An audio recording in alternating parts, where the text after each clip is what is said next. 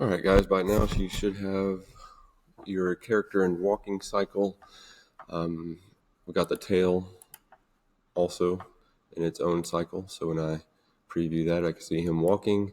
If I do the test, I'll see the tail in motion as well. Right now the armature, you can still see the poses that I've inserted here. What we're going to do is take that and place it into your background. This is a looping background, so I tried to match it as closely as possible so that it should work pretty well without very much skipping or jumping. So we'll see how that works. Might still need to tweak that, but that's okay. So what I'm going to do here is prep this stage right here to take the monkey. So here I go. I'm going to put this here. This is going to be my monkey layer. When I added that new layer, it automatically set it to 80, which is the movement I set my background to. I'm going to create another one because I know I have a tail, so I'm going to create this one for the tail because that's also going to be looping throughout that background. And I'm going to take this guy right here, select that layer for the armature, and what I want to do is convert this whole thing into a symbol. So I'm going to go ahead and label him Monkey Man. Okay. The tail I should already have in there. That's something that we created earlier, so that's already there. You can see what it did here. Took away all those poses. What I actually want to do now is take these. I'm going to copy those two symbols. I'm going to take them into my background, and I'm going to paste these symbols here. And it says something's already existing, so let's see what... I forgot to take out the old tail there. So now I'll go through and paste these two.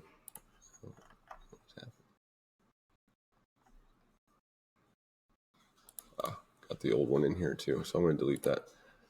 Let's paste them now. So now I have my new monkey man and my new tail here. I'm going to take the monkey, and on the monkey layer, I'm going to take him and drop him right here. Position him a little bit better. I can scale him down also to fit the background better.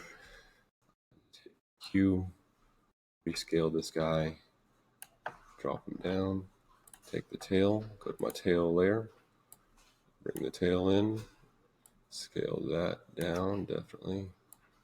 Oh, grabbed the wrong thing there. Actually freeze those so I don't actually grab that. Take this guy. Looks pretty well proportioned there. And I set my stage already to a pace that's pretty close to his walk cycle. If I need to change that, I can slow it down by dragging this out further. Since it is a looping background, I can change that pretty easily. If you're not doing a looping background, just creating a panning background, then you can just change how slow or how fast you create your motion tween for your parallax background. And make sure that you make adjustments for both or all the foreground, middle ground, and background layers. So when I test this out, now I have all that motion happening all at once. Got his walk cycle. Background still might be moving a little bit faster than I need to, so I can go back and adjust that. But pretty much that's all you would have to do to bring in your motion symbols from one project into the other. Basically just taking it, converting it into a symbol, copying it from your library, and then going into your background project and pasting it into that library, and you can drag it into its own layers. Pretty quick and easy. Nothing too complicated about that. So once you finish out your background, try to make it a background that has something to do with your character, something that kind of relates to it in some way. So that's pretty much it. Thanks.